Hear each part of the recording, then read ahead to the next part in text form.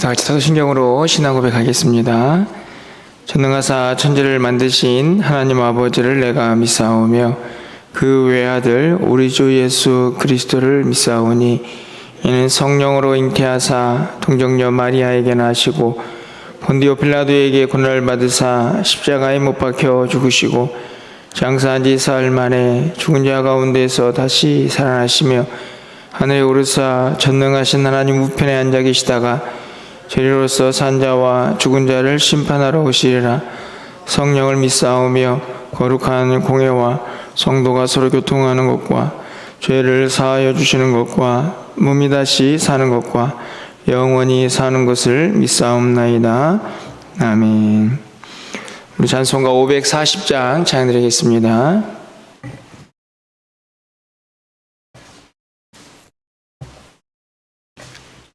(540장입니다) 주의 음성을 내가 들으니 찬양드리겠습니다.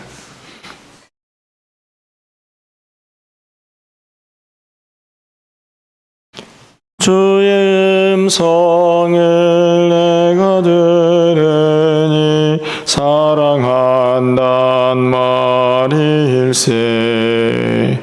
믿는 마음으로 주께 가오니 나를 영접하소서.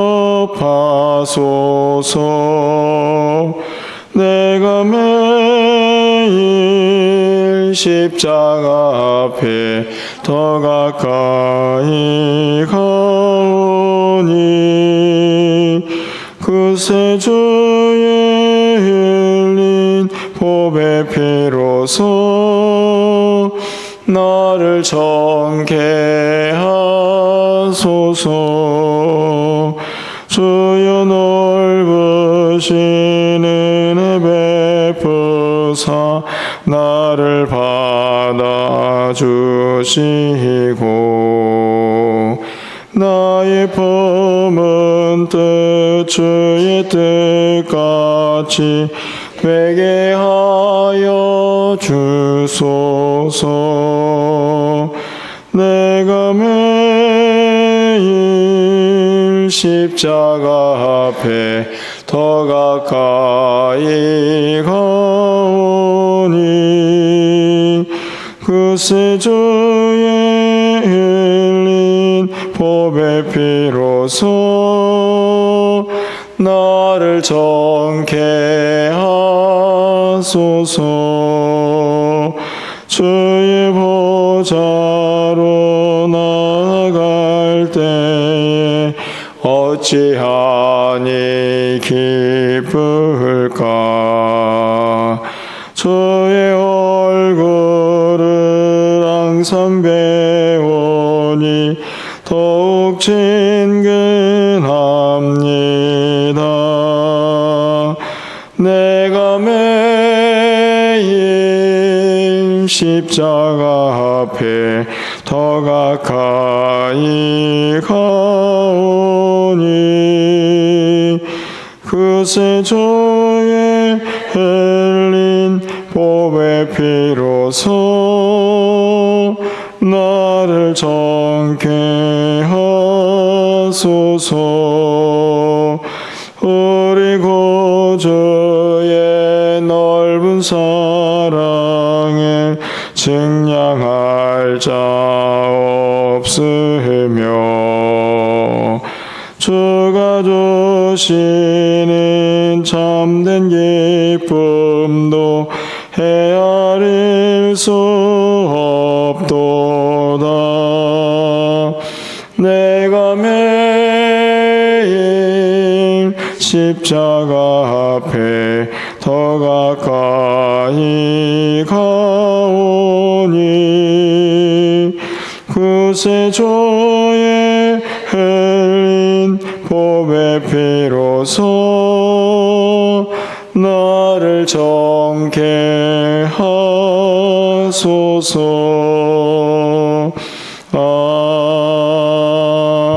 아멘. 하나님 말씀은 욥기 22장 1절에서 20절까지 말씀을 교독하겠습니다. 구약성경 783쪽에 있습니다. 욥기 22장 1절에서 20절 말씀을 교독하고 마지막 절은 함께 읽겠습니다. 대만 사람 엘리바스가 대답하여 이르되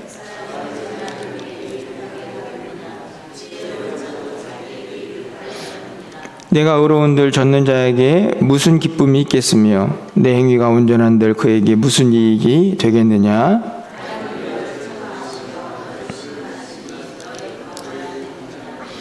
내 악이 크지 아니하냐? 내 죄악이 끝이 없느니라. 목마른 자에게 물을 마시게 하지 아니하며 줄인 자에게 음식을 주지 아니하였구나. 너는 과부를 빈손으로 돌려보내며 고아의 팔을 꺾는구나. 어둠이 너로 하여금 보지 못하게 하고 홍수가 너를 덮느니라.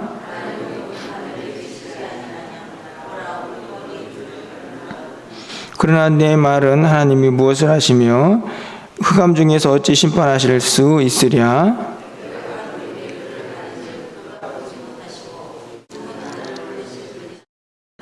내가 악인이 밟던 옛적 길을 지키려느냐?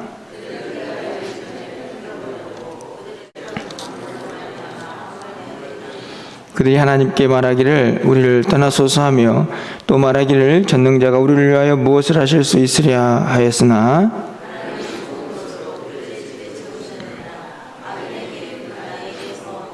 의인은 보고 기뻐하고 죄 없는 자는 그들을 비웃기를 우리 원수가 망하였고 그들의 남은 것을 불이 삼켰느니라 하리라.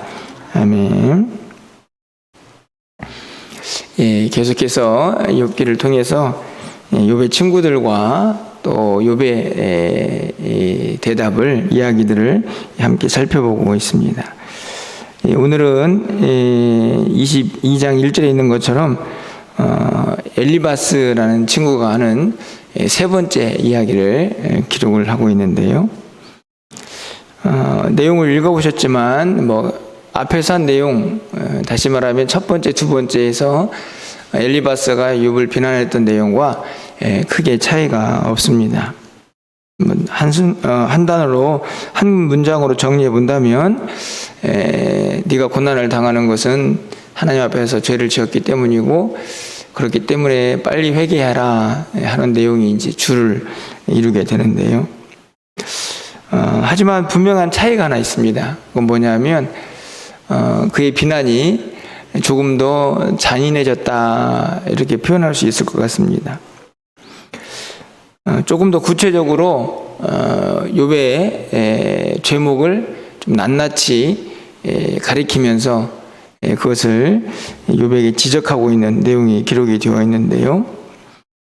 그럼에도 불구하고 이 엘리바스와 또 친구들이 가지고 있는 공통점 중에 하나인 그들이 말하는 내용 중에 하나님에 대한 지식이 다 틀린 것은 아니다 하는 것은 오늘도 본문에서 우리가 찾아볼 수가 있습니다. 2절 말씀을 보면요, 사람이 어찌 하나님께 유익하게 하겠느냐? 지혜로운 자도 자기에게 유익할 따름이니라. 이게 무슨 말씀이냐면 사람이 아무리 지혜롭게 또 하나님을 섬기고 하나님을 위해서 무언가를 한다고 한들 그게 하나님에게 얼마나 도움이 되겠느냐 하는 이야기인데요. 물론 이제 욥의 이야기를 근거로 하고 그것을 이제 배경으로 한 이야기이지만 이 말은 틀린 말은 아닙니다. 그렇죠? 우리가 하나님 앞에서 여러 가지 일들을 하지만 그것이 하나님께 얼마나 큰 유익이 되겠습니까? 그냥 일례로 우리가 최선을 다해서 헌금을 하고 하나님 앞에서 봉사를 하는데 우주 만물을 다스리시고 모든 것이 하나님의 것인 그분에게 우리가 바치고 우리가 또 섬기는 그 일이 얼마나 유익이 될 수 있을까 생각해 보면 사실은 아무것도 아니라는 것을 우리가 깨닫게 되는데, 그런 의미에서 오늘 2절과 3절에 있는 내용은 충분히 일리가 있는 내용이라고 볼 수 있는 것이지요.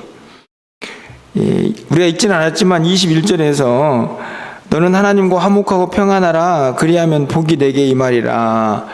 이건 회개를 촉구하는 거죠. 빨리 하나님께 회개하면 하나님 너에게 복 주실 거야. 근데 이 말도 틀린 말이 아닙니다. 죄를 지었으면 빨리 하나님과 화목하고 평안해야 하지 않겠습니까? 또한 29절에 보면 사람들이 너를 낮추거든 너는 교만했노라 말하라. 하나님은 겸손한 자를 구원하시리라. 이 말도 틀린 말이 아닙니다. 자기에게서 교만이 보이면 겸손한 자를 구원하시는 하나님께 당연히 자신의 교만을 회개해야겠죠. 앞에서 살펴봤듯이 엘리바스의 비난 속에서, 그의 충고 속에서 하나님에 대한 지식이 다 틀렸다라고 말할 수는 없는 부분들이 또 등장을 합니다. 자, 그런데 이 충고 속에서 아주 심각한 문제들이 보이죠. 5절로 가서 보시면은 내 악이 크지 아니하냐 내 죄악이 끝이 없느니라. 이게 이제 엘리바스의 이야기의 가장 중요한 전제죠. 네 죄가 끝이 없다. 여전히 계속해서 욥이 당하는 고난은 그의 죄 때문이다 하는 것을 이야기를 합니다. 이거는 첫 번째, 두 번째에서 동일하게 이야기를 한 건데 오늘 이 세 번째 엘리바스의 대답이, 이 충고가 더 충격적인 것은 바로 그 뒤에 나오는 6절부터 9절까지의 내용 때문에 그렇습니다. 보시면 욥의 한 일들이 나오죠. 까닭 없이 형제를 볼모로 잡으며 헐벗은 자의 의복을 벗기고 목마른 자에게 물을 마시게 하지 아니하며 줄인 자에게 음식을 주지 아니하고 힘으로 다른 사람의 토지를 빼앗기도 하고 과부를 빈손으로 돌려보냅니다. 고아의 팔을 꺾기도 하고. 이게 욥이 행한 악의 모습이거든요.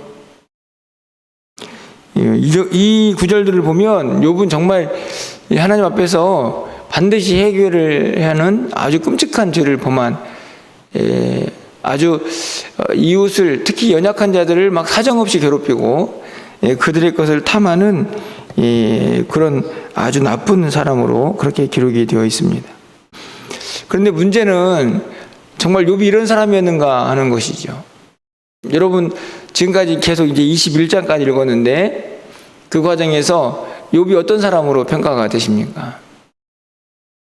앞에 있는 내용들을 다 뒤로 할지라도 여러분 1장 1절이 이렇게 시작을 하거든요. 욥기 1장 1절이 이렇게 시작합니다. 우스 땅에 욥이라 불리는 사람이 있었는데 그 사람은 온전하고 정직하여 하나님을 경외하며 악에서 떠난 자더라. 이게 욥이 고난 당하기 이전의 모습입니다. 그럼 고난 당했습니다. 그리고 지금 친구들과 대화를 합니다.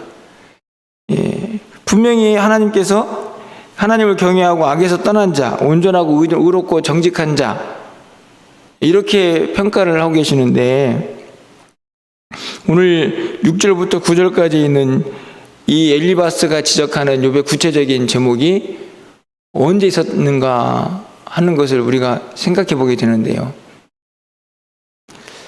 제가 보기에는 욥의 삶에서 엘리바스가 지적하는 이런 악한 모습은 찾아볼 수 없었을 것이라고 생각을 합니다. 그러면 이 말은 무슨 말일까요? 이런 생각을 해봐야 되는데 저는 이런 생각이 듭니다. 엘리바스가 주장하고 싶은 네가 죄를 지었지 않느냐 하는 이야기를 엘리바스는 확인도 하지 않고 욥이 어떤 모습으로 살았는지도 정확하게 평가하지도 않고 자신이 내세우고 있는 전제, 다시 말하면 네가 죄를 지었기 때문에 고난을 당하고 있는데 그렇다면 네 죄목이 있을 거 아니냐. 그래서 그 제목을 이 엘리바스가 만든 것입니다. 자기의 논리를 확고하게 하기 위해서 하는 것이죠. 분명히 욥은 하나님을 경외하는 사람이었고 정직하고 의로운 자였습니다.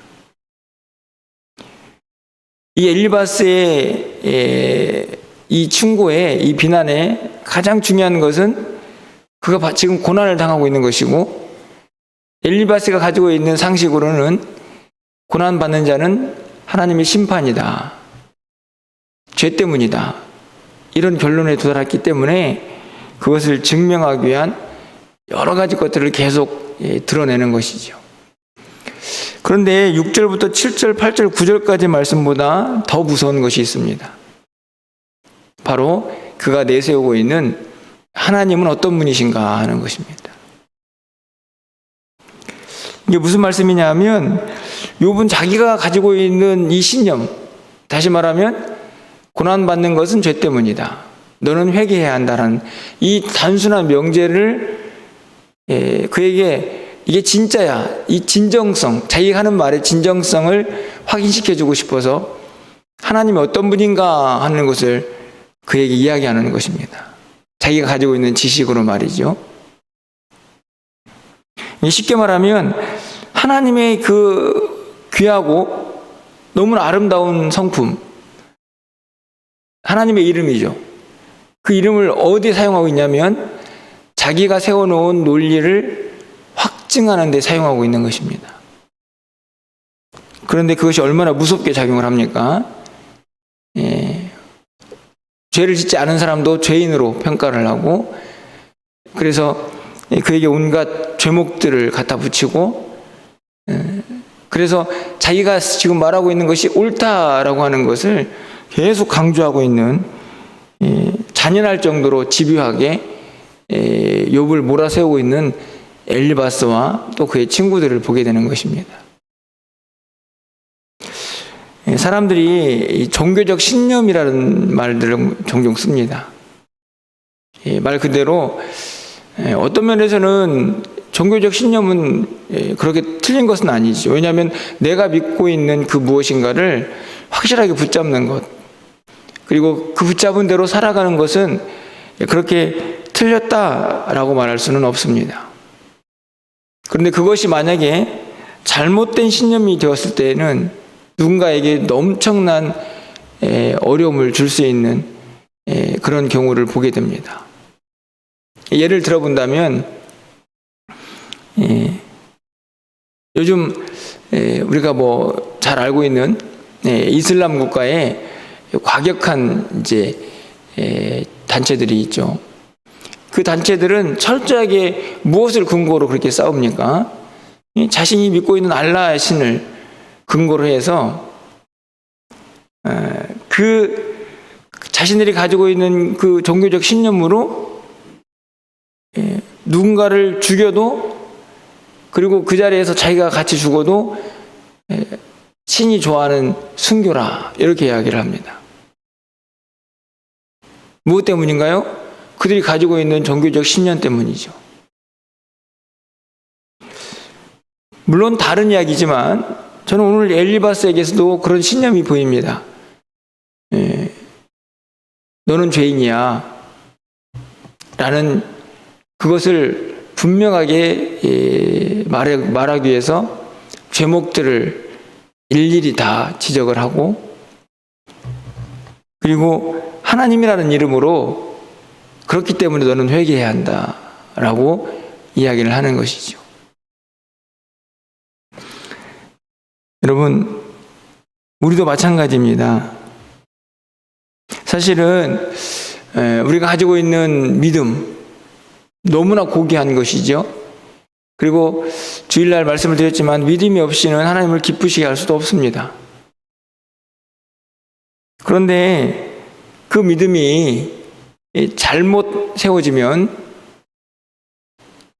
그래서 그것이 자기를 딱 가두는 틀이 되면 누군가를 향하여 매우 무서운 칼이 될 수 있다는 것을 오늘 본문이 보여주고 있는 것입니다. 저는 생각합니다. 엘리바스는 자기가 스스로 어떤 죄를 지었는지 절대로 알지 못합니다. 왜냐하면 자기가 옳거든요. 자기가 믿는 하나님은 그런 하나님이거든요. 그리고 실제적으로 제가 말씀을 드렸지만 엘리바스가 말하고 있는 하나님이 완전히 틀린 하나님이 아닙니다. 하지만 우리는 엘리바스가 무슨 문제를 가지고 있는지 너무나 잘 알고 있습니다. 그가 말하고 있는 것처럼 그 위대하신 측량할 수 없는 하나님을 그가 가지고 있는 또 틀로 욥을 비난하고 있는 것이죠. 하나님은 너무나 다양한 방법으로 사람을 또 이 온 인류를 다스리시고 통치하시는데 자기가 알고 있는 작은 편협한 지식으로 하나님을 자기 틀에 가둬놓고 그 하나님으로 다른 사람을 정죄하는 것입니다. 매우 무서운 일입니다. 우리도 얼마든지 그런 믿음을 가질 수 있습니다. 내가 알고 있는 하나님으로 당신은 잘못되었어 하고 정죄할 수 있다는 말씀입니다. 여러분, 우리가 이 무서운 죄를 범하지 않도록 사실은 우리를 항상 살필 수 있어야 합니다. 그 잘못된 그 믿음이죠. 그 신념 앞에서 나를 살필 수 있는 지혜가 정말 필요하다는 것을 우리가 깨닫게 됩니다. 그것 행하는 것은 다른 데 있지 않습니다. 결국은 끊임없이 말씀 앞에 자신을 노출시켜야 합니다. 무슨 말이냐면 말씀으로 내가 하고 있는 모든 일들이 올바른가를 항상 점검할 수 있어야 한다는 말씀입니다. 내가 지금 하고 있는 말들, 내가 하고 있는 행동들, 이게 정말 하나님이 기뻐하실 만한 일인가를 말씀 앞에서 항상 자기를 점검할 수 있어야 합니다. 우리가 보통 이제 이건 좀 다른 이야기일 수 있겠지만 우리가 지금 이제 종교 개혁을 일으켜서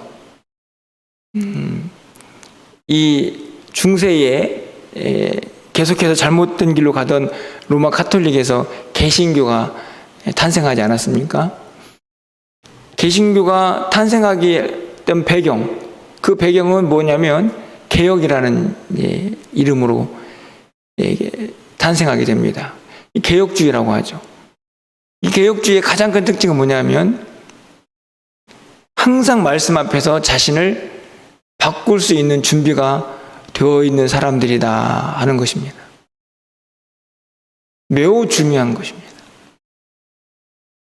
우리 모두가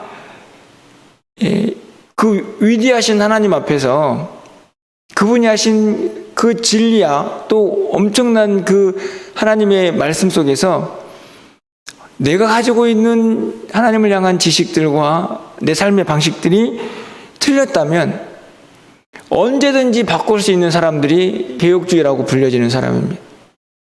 너무너무나 귀한 진리인 것이죠.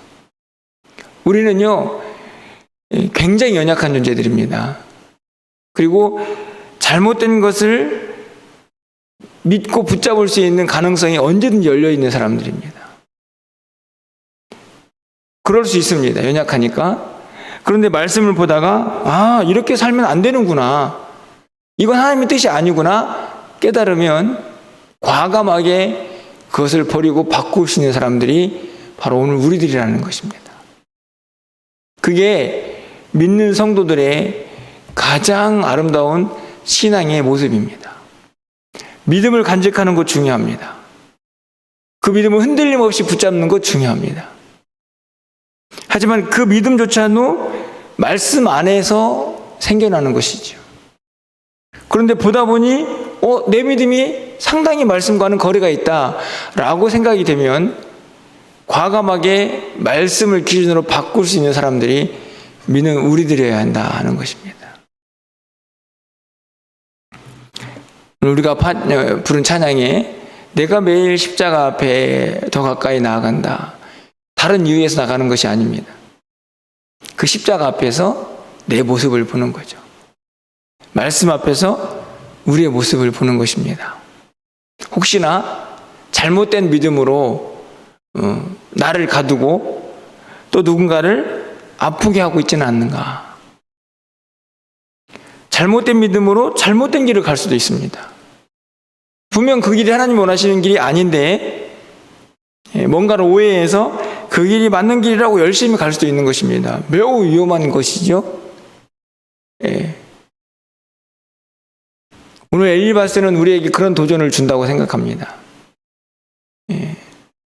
자기가 믿고 있는 틀에서 하나님을 가두고 그 하나님으로 누군가를 바라볼 때 얼마나 무서운 일을 할 수 있는가 하는 것을 이 엘리바스가 보여줍니다. 여러분, 우리는 항상 우리 자신을 살필 수 있어야 합니다. 그것은 세상 사람들의 모습과 대주변의 환경과 그것으로 나를 살피는 게 아닙니다. 말씀으로 살피는 것입니다. 내가 하나님 말씀 앞에서 내 모습이 잘못되었구나. 이것이 내가 누군가에게 얼마나 큰 상처가 되는지 이제 깨달았게 되었구나 라고 한다면 과감하게 그 말씀 앞에서 자신을 바꿀 수 있는 사람들, 그 용기와 결단이 있는 사람들이 바로 오늘 우리들이라는 사실을 여러분이 꼭 기억하시고, 엘리바스처럼